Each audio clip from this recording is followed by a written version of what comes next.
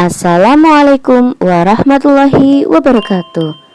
Halo semuanya, kembali lagi bersama saya Bu Nina dalam video pembelajaran tema. Dan kali ini kita akan belajar tema 5, subtema 1, pembelajaran 5. Siapa lagi tokoh yang terkenal pada zaman Hindu, Buddha, dan Islam? Nah, di sini seperti yang kalian lihat, di sini terdapat gambar peta negara Indonesia.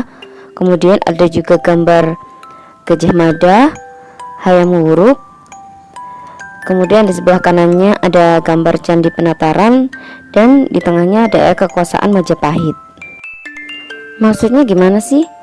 Nah, anak-anak, maksudnya yaitu pada zaman dulu Kerajaan Majapahit dikenal sebagai salah satu kerajaan terbesar di Nusantara.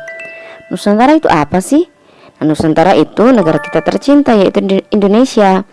Pada zaman dulu Indonesia itu dikenal dengan nama Nusantara. Nah, pada saat itu, pada zaman dulu Kerajaan Majapahit dikenal sebagai salah satu kerajaan terbesar di Nusantara dengan dipimpin oleh seorang panglima perang dan tokoh yang sangat berpengaruh pada zaman Kerajaan Majapahit, yaitu Patih Gajah Mada. Dan perjuangan Gajah Mada mencapai puncaknya pada zaman pemerintahan Prabu Hayam Wuruk, yaitu pada tahun 1350 sampai 1389. Dan kebesaran nama dan kejayaan Majapahit pun dapat pula dilihat dari peninggalannya berupa candi. Nah, di sini peninggalan dari kerajaan Majapahit yaitu Candi Penataran, seperti yang kalian lihat pada gambar di samping ini ya anak-anak. Nah, di sini terdapat teks tentang Mahapatih Gajah Mada.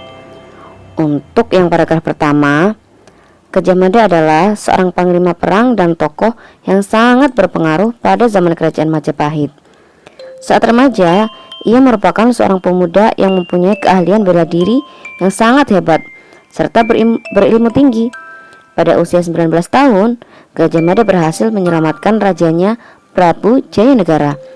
Jadi anak-anak, sejak muda, dari usia muda pun, sejak usia 19 tahun, Gajah Mada itu sudah mempunyai kemampuan dalam hal bela diri anak-anak. Dan dia juga mempunyai ilmu yang sangat tinggi. Dan dia juga sangat hebat karena dia telah menyelamatkan rajanya, yaitu Prabu Jayanegara. Oke, untuk paragraf yang kedua, kesimpulan dari paragraf yang kedua yaitu Gajah Mada diangkat sebagai patih kahuripan pada tahun 1319. Kemudian 2 tahun kemudian ia diangkat sebagai patih Kediri.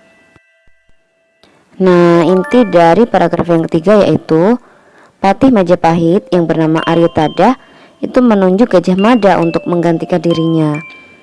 Awalnya Gajah Mada menolak anak-anak, menolak penunjukan itu. Kenapa? Karena dia ingin membuktikan pengabdiannya terlebih dahulu kepada kerajaan Majapahit, yaitu dia ingin menghentikan pemberontakan Keta dan Sadeng. Lalu anak-anak, Gajah Mada pada akhirnya diangkat sebagai patih Majapahit pada tahun 1334 dan dia juga berhasil menaklukkan Keta dan Sadeng. Lalu inti dari paragraf yang keempat yaitu Gajah Mada mengucapkan Sumpah Palapa. Apa sih Sumpah Palapa itu?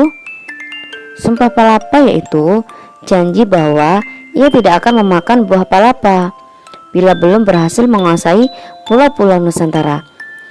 Apa sih buah palapa itu? Nah, buah palapa itu sejenis rempah-rempah anak-anak. Jadi dia harus menguasai pulau di Nusantara dulu, baru dia akan mau untuk memakan buah palapa anak-anak. Jadi kalau dia belum bisa untuk menguasai pulau-pulau di Nusantara, dia tidak akan makan rempah-rempah tersebut anak-anak. Kemudian inti dari paragraf yang kelima yaitu pada tahun 1350 sampai 1389 perjuangan Gajah Mada itu mencapai puncaknya anak-anak, dan itu terjadi pada zaman pemerintahan Prabu Hayam Wuruk. Nah, pada saat itu anak-anak, kekuasaan Majapahit itu hampir sama luasnya dengan wilayah Indonesia. Oleh karena itu tadi Bu Nina katakan bahwa kerajaan Majapahit itu merupakan salah satu kerajaan yang terbesar di Nusantara. Jadi kerajaan itu sangat besar sekali anak-anak. Nah, ini adalah tugas yang harus kalian kerjakan. Berdasarkan cerita sesuai urutan arah panah pada halaman sebelumnya, tuliskan kembali dengan singkat mengenai Gajah Mada. Nah, sekarang mari kita jawab pertanyaan-pertanyaan ini dengan benar ya anak-anak. Apa tujuan Gajah Mada mengucapkan Sumpah Palapa? Tujuannya yaitu untuk menyatukan Nusantara. Apa yang diperjuangkan Gajah Mada?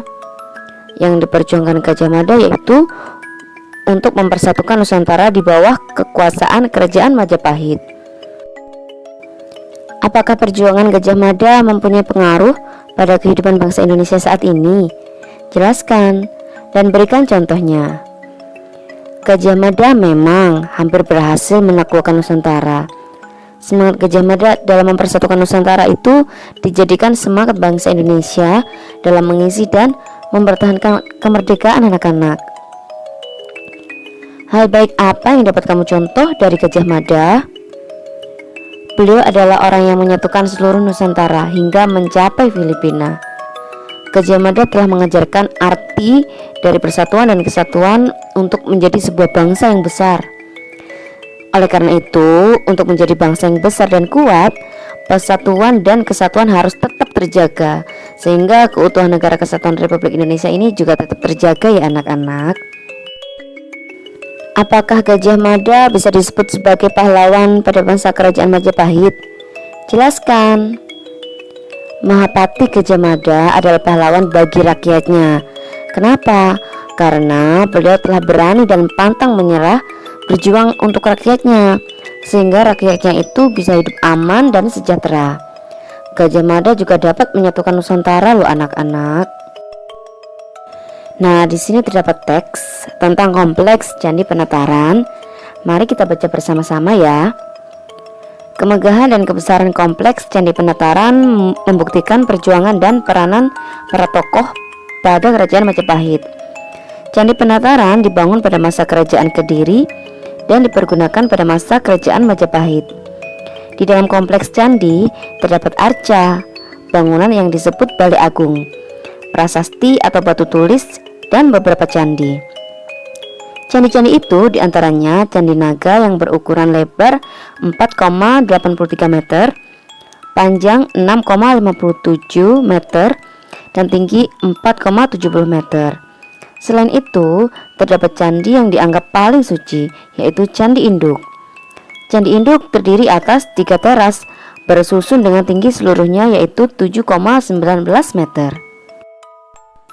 Kemudian sekarang, tulis pendapatmu tentang Candi Penataran pada kolom berikut. Candi Penataran membuktikan peranan dan perjuangan tokoh masa Kerajaan Majapahit. Dalam candi tersebut terdapat arca dan prasasti. Candi Penataran sangat indah dan harus dijaga kelestariannya. Jadi kita tidak boleh merusaknya ya anak-anak. Nah, di sini ada lirik lagu yang berjudul Maju Tak Gentar.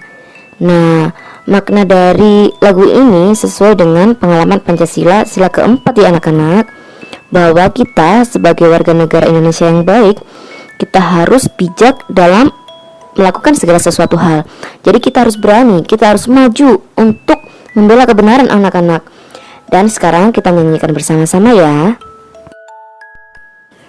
Maju tak gentar, membela yang benar. Maju tak gentar, hak kita diserang. Maju serentak, mengusir penyerang. Maju serentak, tentu kita menang. Bergerak, bergerak, serentak, serentak, menerkam, menerjang, terjang. Tak gentar, tak gentar, menyerang, menyerang, majulah, majulah, menang. Nah, apa yang kamu rasakan ketika menyanyikan lagu di atas? Jelaskan jawabanmu. Saya merasa bangga dan bersemangat untuk membela bangsa. Apalagi anak-anak, kita sebagai warga negara yang baik, kita harus bersemangat, kita harus berani dalam membela kebenaran dan dalam membela bangsa anak-anak. Lalu, jelaskan tentang nada dan tempo dalam lagu tersebut. Nilai baik apa yang terkandung dari lagu tersebut? Lagu Maju Tak Gentar termasuk lagu perjuangan karya C. Simanjuntak dengan tanda birama 4/4. Apa fungsi tanda birama?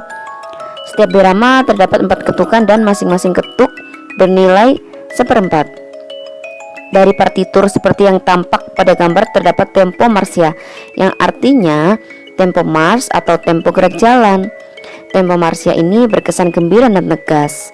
Sedangkan tanda DO atau sama dengan bass adalah nada dasar lagu ini anak-anak. Sampai di sini dulu pembelajaran kita di video kali ini. Semoga bermanfaat ya bagi kita semua. Semoga kalian sukses selalu. Terima kasih. Wassalamualaikum warahmatullahi wabarakatuh. Bye bye.